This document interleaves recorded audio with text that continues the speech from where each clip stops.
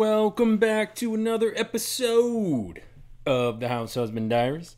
As always, I am your host, Carter C., and today we are looking at definitives. What do I mean by definitives? I mean when Forrest says in The Thrill of the Chase something like that exact spot, or it was at last obvious to me, or it stands out that there's some sort of definitive statement. Now, what I will say is that there aren't too many quotes. There's 1, 2, 3, 4, 5, 6, 7, 8. There's 8 quotes, and then I've got about a page that I want to read. So it'll probably be 15, 20 minutes. We'll get started. But a number of these quotes, I don't really think anything is pertinent, but because he uses the word, I just wanted to I wanted to mention them. And then obviously using a definitive, I may have, I could have missed some, and there are probably other sayings in here that you or other people might take as a definitive that I missed. And so this is one of the few theme videos that I will say I might have missed something. I'm more than 1% sure that I didn't get everything, and so I think that's going to be, or that I missed something. So just putting that out there in this video. But this is a good list to get people thinking. It got me thinking that I wonder if when Forrest says something in the book, in The Thrill of the Chase, that there's a definitive, that maybe that's a subtle hint towards a definitive in the clue, or a clue in the poem. So if he says, we'll just get right to it, right on page 10 in Important Literature, right at the top, he says, that little lady probably knew where every book was in that whole store, and when we arrived at the exact spot, she pulled down 2 books and just handed them to me and walked away, tossing her thick braids back and forth like they had purpose. It's a very strange sentence. I would imagine it's very much like Catcher in the Rye, as I've stated in a number of places. I haven't reread that book. I probably should, just to cover my bases. Or at least skim it again, but it's been 25 years or so since I've read it, so sometimes things are just better left in the past, you know what I mean? But I think it's interesting that we arrived at the exact spot. He doesn't say when we arrived when we arrived at the books, when we arrived, wherever. It's at the exact spot, and then that she tossed her thick braids back and forth like they had purpose. And then in another video, we'll talk about how, I don't know, it's just very interesting how he talks about this girl. So I wonder if we arrive at any exact spot in the poem. And so there's some sort of, hint or confirmation or a confirmer in a sentence like that. All right, page 13. Admittedly, this is about halfway down. Admittedly, the places in JD's book were different from mine, and the names were different, and the time was different from mine, and the schools I never heard about were obviously different. But other than that, it was my very own storyline. Obviously. It's obviously different. I don't think anything's there necessarily other than kind of what other people have mentioned about Important Literature, JD, Catcher in the Rye, similarities, whether it's just his writing style, just to kind of prove that he can write like Holden Caulfield speaks, or as J.D. Salinger wrote, so to prove that he's just as good a writer as J.D. Salinger, who wrote an American classic. I think that was some Smell the Sunshine that said stuff like that. I'm totally putting words in his mouth, but anywho, let's move on. Page 24. Down towards the bottom. Her mouth was moving in fast cadence with her choppy steps, and it was obvious that rage had found a home. Now, for this one, it's interesting to me because we're looking for a home. We're looking to put in below the home of Brown. And so it was obvious by her mannerisms, by her fast moving mouth, the fast cadence and the choppy steps. Is there something, that's choppy, that there's some sort of fast cadence with the home of Brown? Is there something subtle? Not, when he mentions home and it's obvious, I just wonder if there's something right before that home. So it's not that he mentioned home, because rage and home, I don't think that the home of Brown has to do so much with rage. But I wonder if when there are some of these key words or some of these definitives, that if maybe before that word or after that word, the next sentence or the words after that in the same sentence, or the sentence before, something like it, are those markers, subtle markers, and everybody's focused on the word. Oh, look, home, it's right here, home and rage. Okay, but maybe if you go a little bit behind, a little bit earlier in the paragraph or sentence, or maybe a little bit after, maybe those are just markers, subtle markers, that everybody focuses in on those words and then goes, okay, well, what am I doing here? It's not working. There's not a hint. But what if those are just the markers, and then from there you look to the next sentence or to the previous sentence or something like that? So just an idea. All right, next one, page 25. Father, I said, her story isn't exactly right. It's not exactly right. Let me put it to you. What I said was, my father says you're an old bat. I love that, because that's such how a kid talks. Oh, no. Let me tell you the whole truth. And then the whole truth ends up being worse than a partial truth. And then on the next page, we learn that was his, that was one of his learning moments, which I've talked about in other videos. Okay, page 39. Page 38. The front sight on my gun was a little crooked, so I had to offset some when I aimed, but that didn't matter because I knew exactly how much to the side I had to point. Now, I grew up shooting BB guns and stuff, doing similar things, not to feed my family, but just because that's what I did. And I get that. Like you when you have those iron sights, as they call them, you've got to figure out the aim, and if they're not 100% straight, and you see where the little BB or the 22 or whatever you're shooting goes, and then you figure out how to aim it. And you don't have to straighten out the sights always if you kind of just know. Sort of like a golf swing, you just kind of know how you swing, how the ball flies. You just aim a little one way or the other, and play that hook or slice, or play the different aims. So I could see that being a subtle hint that if you're heading straight at something that you think is correct, that maybe you need to adjust your aim just a little bit when your boots on the ground.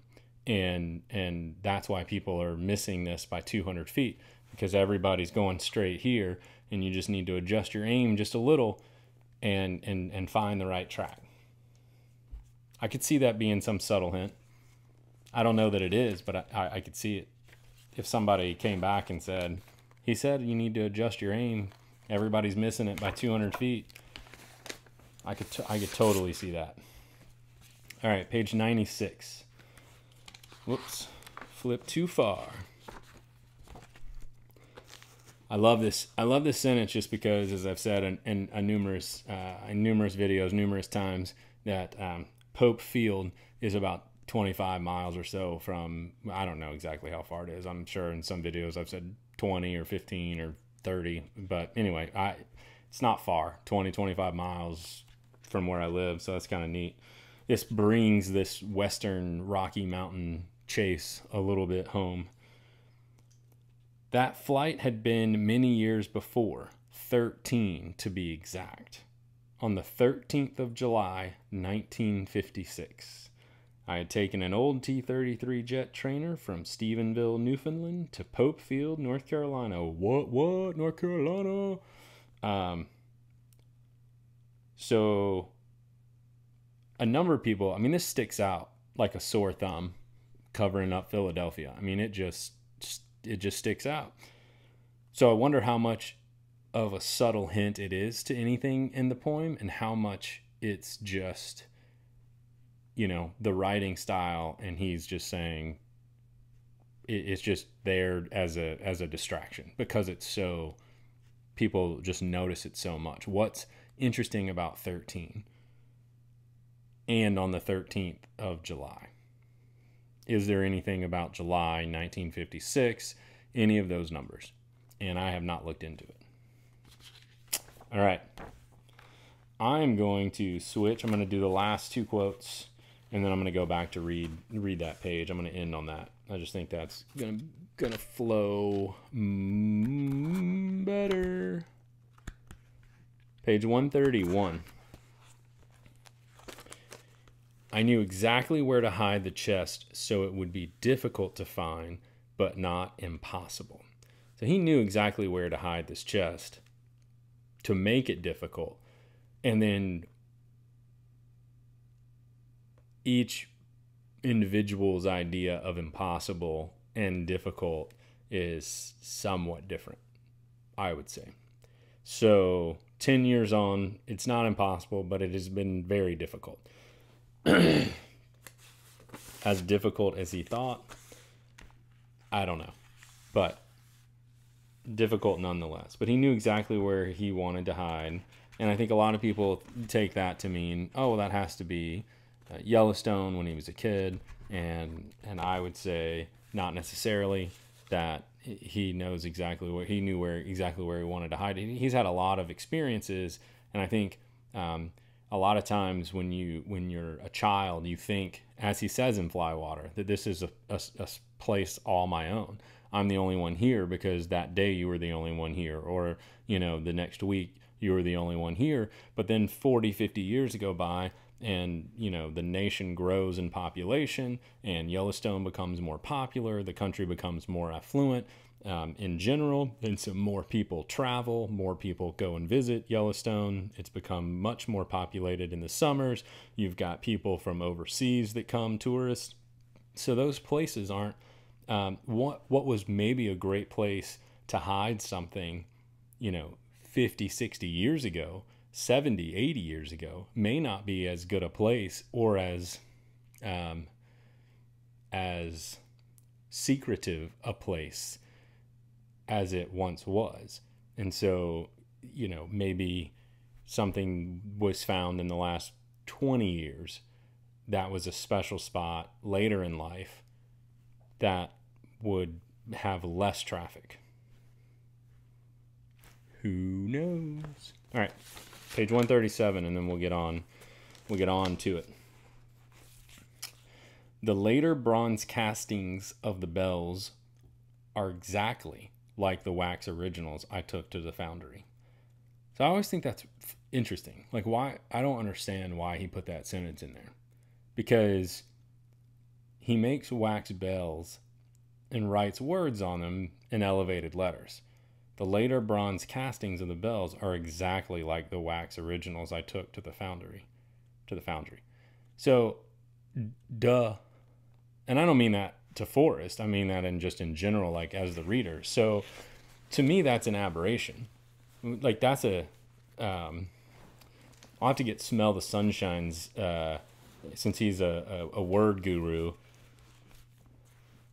To me, that's just a wasted sentence.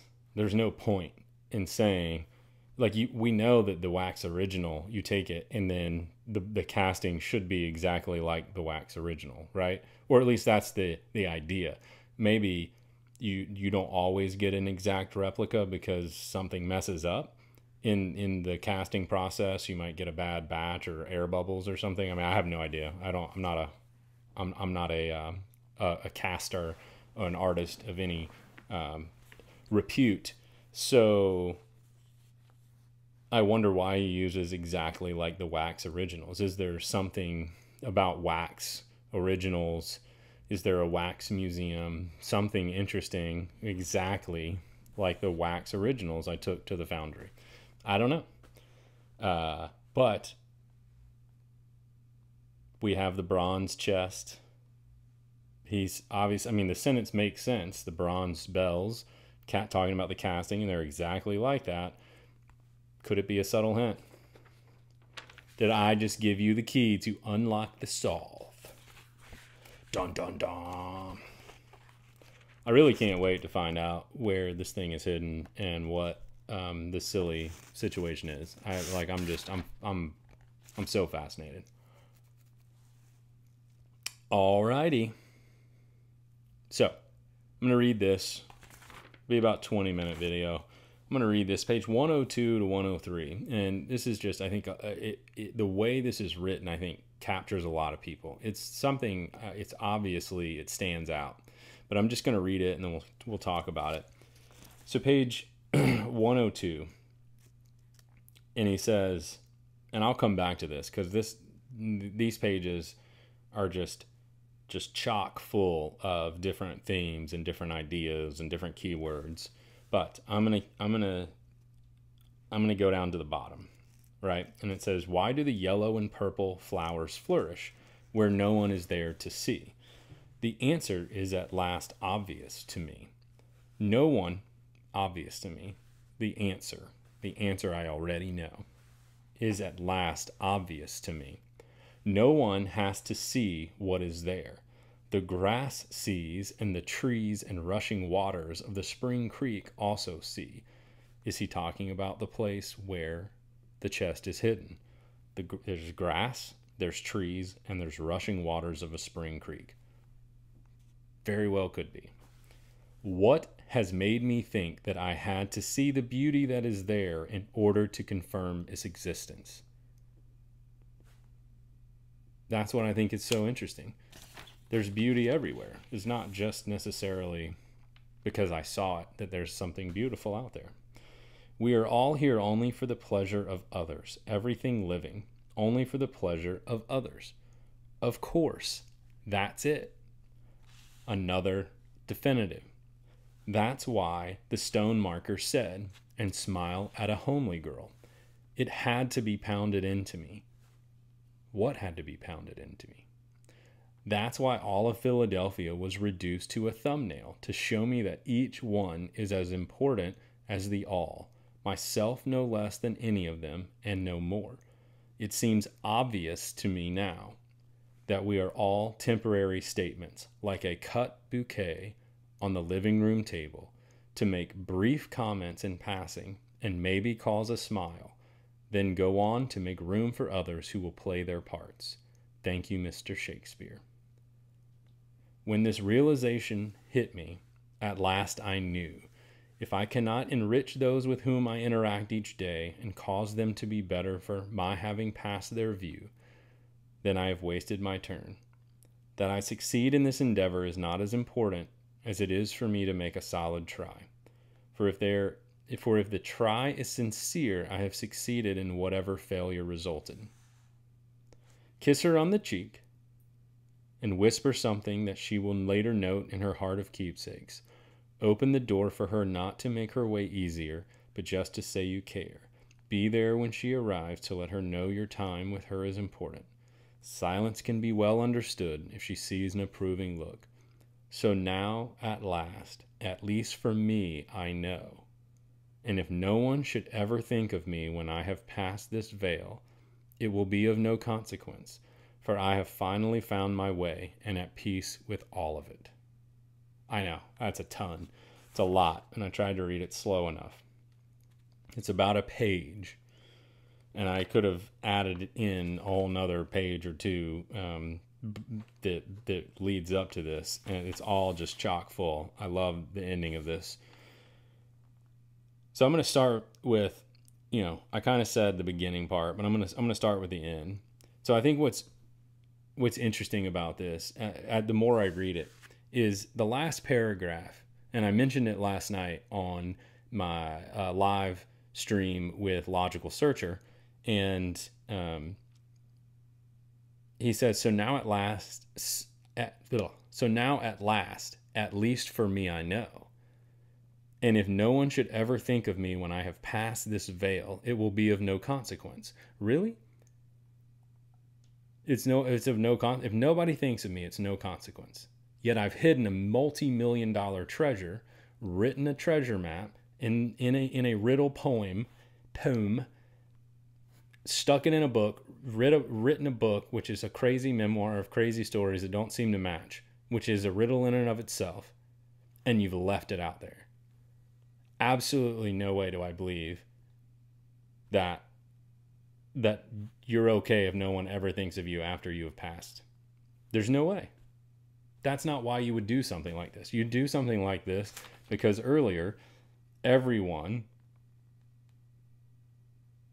both of them earlier on page 102, both of them and a multitude of others have conveyed the same meaning in vastly different ways and at vastly different times and places. But they all really said the same thing. Look at me, I'm somebody.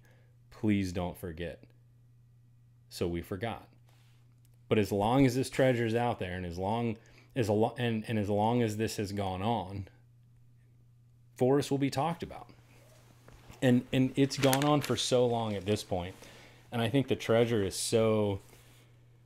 chest is filled with such riches, earthly riches, that I think it will be talked about for a long time anyway, even if it hadn't been a 10-year treasure hunt. And if it gets found this year, and no matter how long it goes on, I think it's a big enough treasure that it will be talked about for a while, at least in certain circles.